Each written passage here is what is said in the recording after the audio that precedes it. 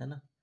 ये flashing white देख के आप बैक टू बे आना है, फ्लैशिंग रेड देखकर आपको क्या करना है, फ्लैशिंग रेड में गो अराउंड कर देना है ना। नहीं नहीं, फ्लैशिंग रेड में क्या था, गो अराउंड नहीं था,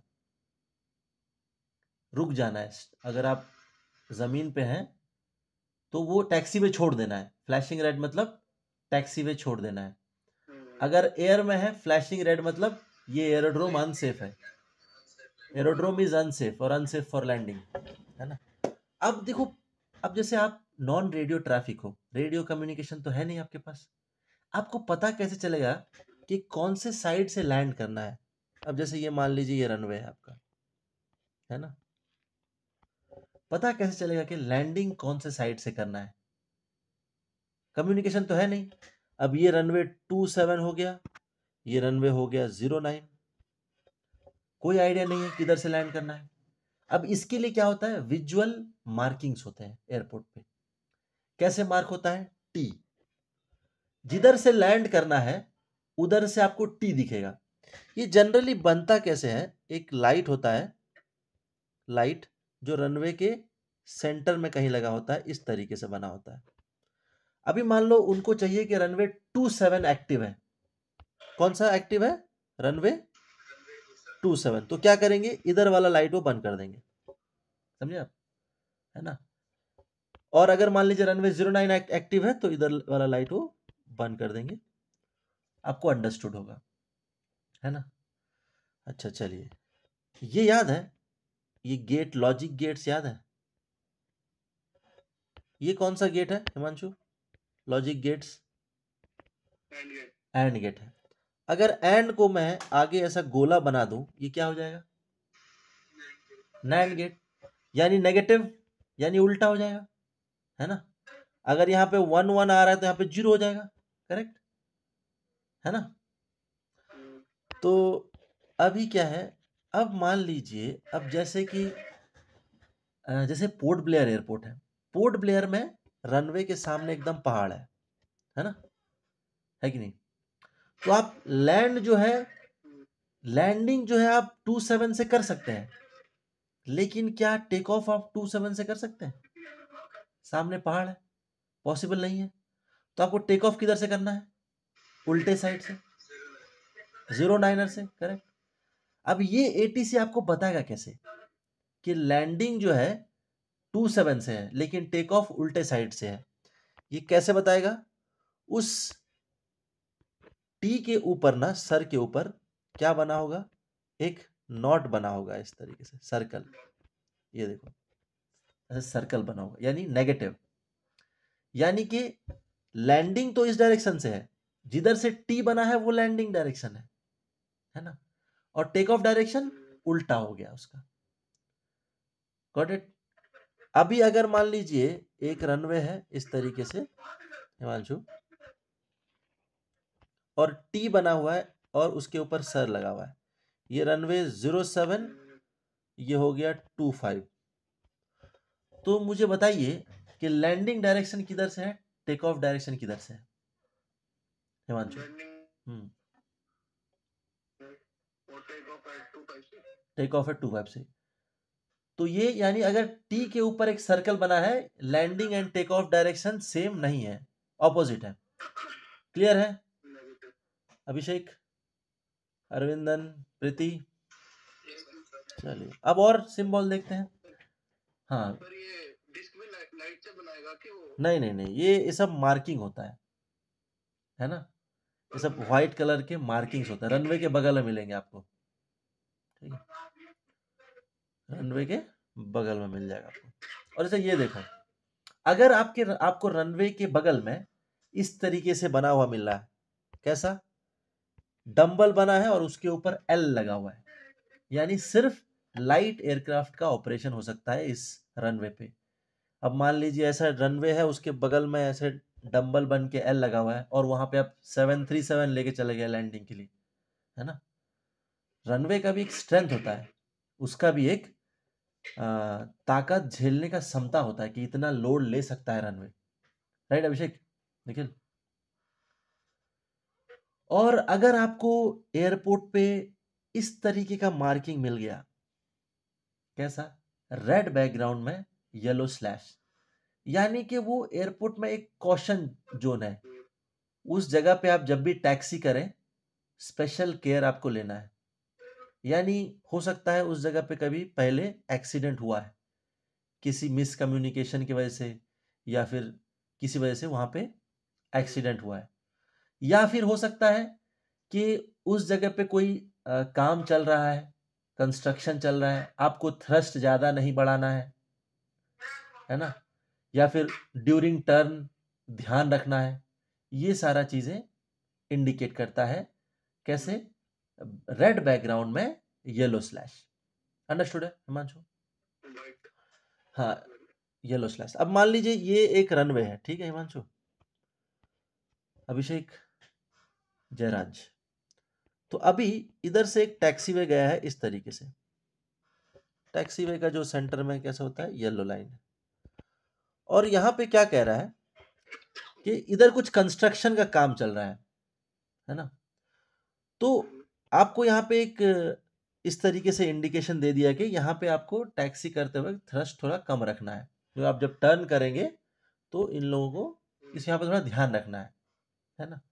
तो आप उसी हिसाब से एक आइडिया आपको मिल जाएगा कि हाँ यहाँ पे special this place has to be taken special care. अब कई टैक्सी वेज में ना रिस्ट्रिक्शन होता है, वहाँ पे आप इतने % थ्रस्ट से ज़्यादा नहीं बढ़ा सकते। कई टैक्सी वे होते हैं जो ऐसे बने होते हैं कि, कभी पोर्ट ब्लेयर गए हो?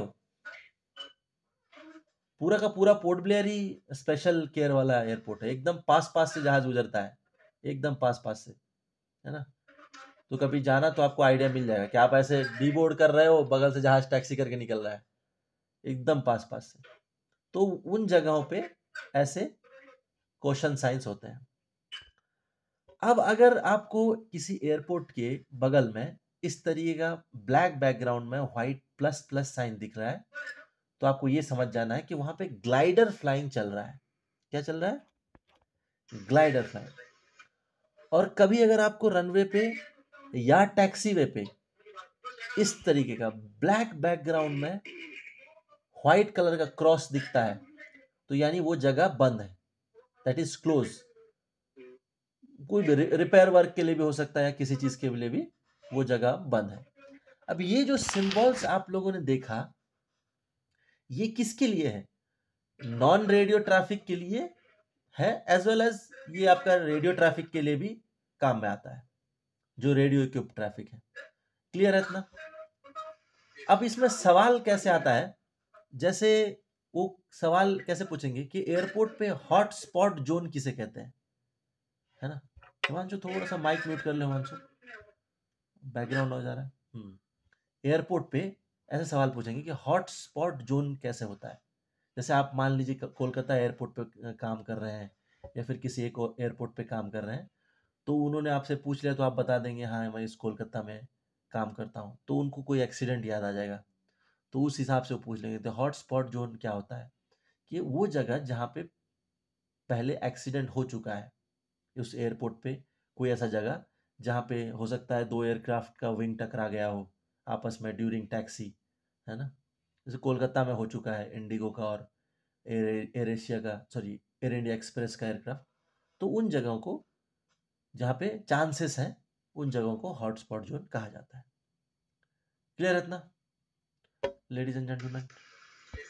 चलिए, अब जैसे नॉन रेडियो ट्रैफिक है, उसको जानना है कि विंड डायरेक्शन किधर से आ रहा है, विंड स्पीड क्या है, तो वो विंड स्लीव को देखकर बता सकता है कि ये इतना स्पीड है, ये विंड डायरेक्शन है ना। तो विंड स्लीव क्या काम करता है? Wind direction as well as wind speed दोनों बताता है। ये तो सारे हो गए क्या, विजुअल।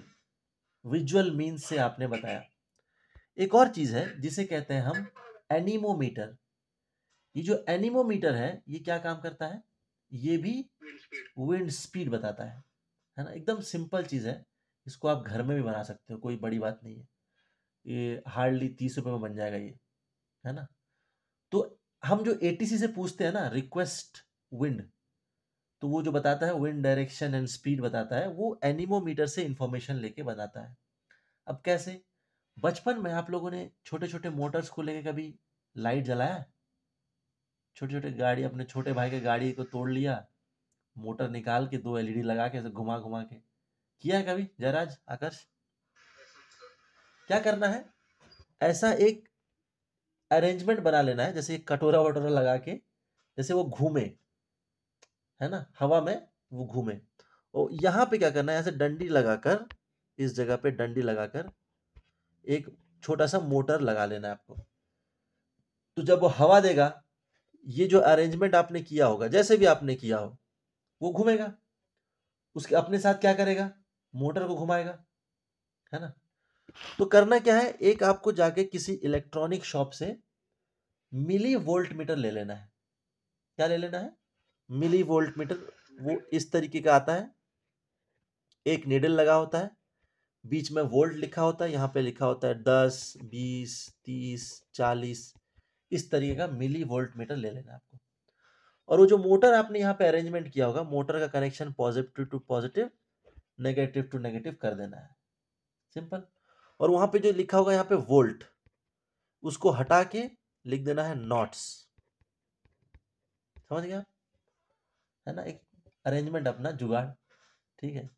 अब जैसे हवा देगा, ये फैन घूमेगा, वोल्टेज जनरेट करेगा, तो आपका इंडिकेशन का निडल हो जाएगा स्टार्ट, है कि नहीं, काम चल सकता है ऐसे।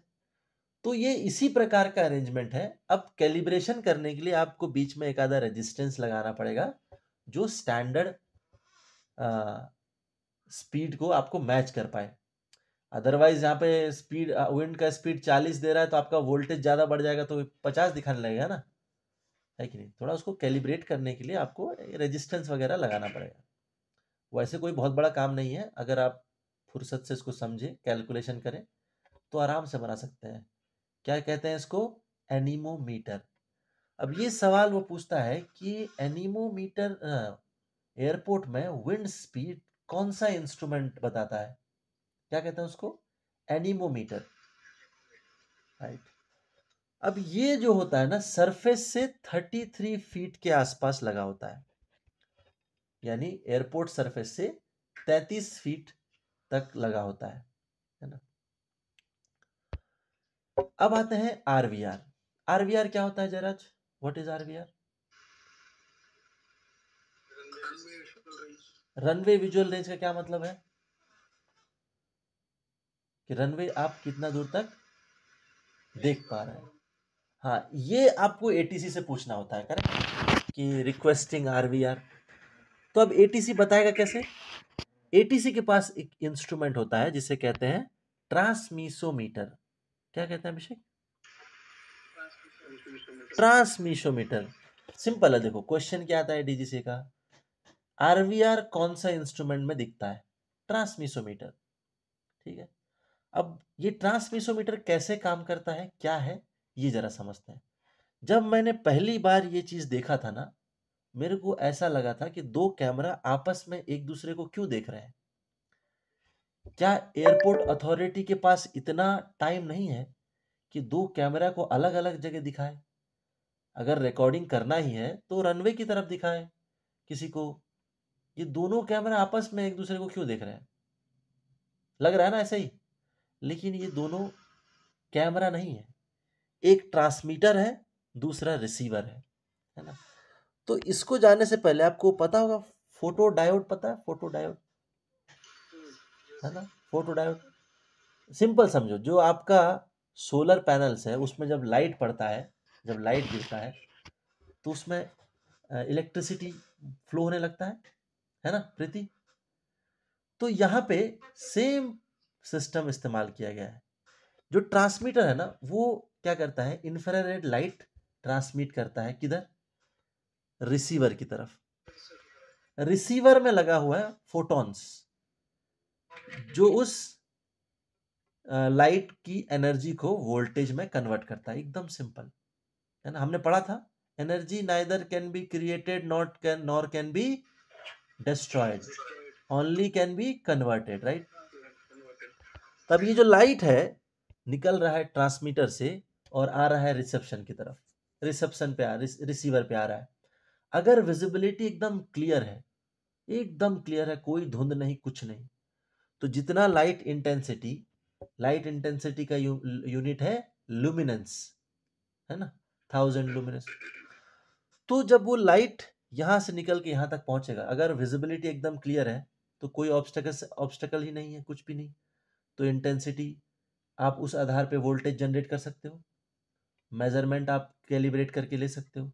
अगर मान लीजिए धुंध है ना, या फिर बारिश हो रहा है तेजी से, तो विजिबिलिटी हैम्पर होगा। ऑब्वियस सी बात है, जो लाइट ट्रांसमीटर से निकलेगा उसकी इंटेंसिटी रिसीवर तक पहुंचते पहुंचते बहुत कम हो जाएगी। अब उस चीज को ये लोग क्या करते हैं, सिंपली किस चीज में कन्वर्ट कर देते हैं जयराज?